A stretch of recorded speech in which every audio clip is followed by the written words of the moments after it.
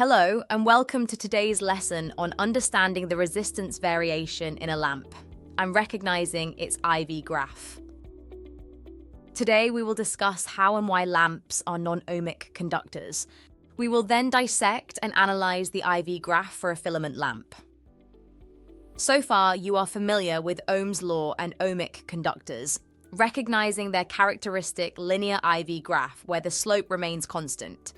Building on this foundation, today's lesson will advance our understanding of how non-ohmic components, such as filament lamps, behave differently from ohmic conductors. Let's get started. A filament lamp is a common example of a component with a non-constant resistance. The lamp's resistance varies significantly depending on the current supplied. As current flows through the lamp, the filament inside heats up. This heating effect increases the temperature of the filament. In the factors affecting resistance lesson, we learned that higher temperatures lead to increased resistance. Therefore, as more current flows in and the filament gets hotter, the resistance within the lamp rises. This illustrates why a lamp is considered a non-ohmic component. Unlike ohmic conductors, which have a constant resistance, the resistance of a filament lamp changes with the current and they do not obey Ohm's law. We can gain deeper insight into the behaviour of a filament lamp by examining its current voltage, or IV graph. This graph plots current, I, on the y-axis against voltage, V, on the x-axis. For an ohmic component, the IV graph is a straight line, indicating constant resistance. However, the IV graph for a filament lamp tells a different story. At low voltages, when the lamp is relatively cold, the current increases rapidly as voltage increases. This is because the filament's resistance is low when it is cold, allowing more current to flow.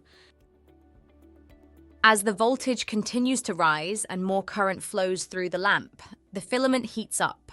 This heating effect causes the resistance to increase, which is reflected in the IV graph as the curve begins to flatten. The slope of the graph represents the reciprocal of resistance, 1 divided by R. So, as the curve flattens, it indicates that the resistance is rising.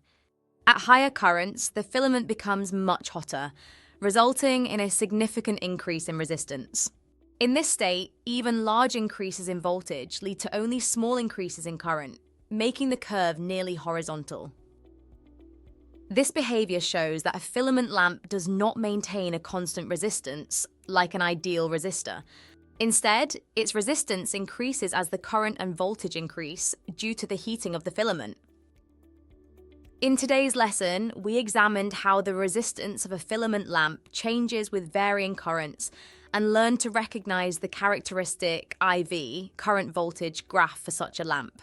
We learned that a filament lamp is a non-ohmic component, as when current passes through, it causes an increase in temperature, increasing the resistance. This behaviour is clearly illustrated in its curved IV graph, where initial rapid increases in current give way to slower increases as the filament heats up and resistance grows.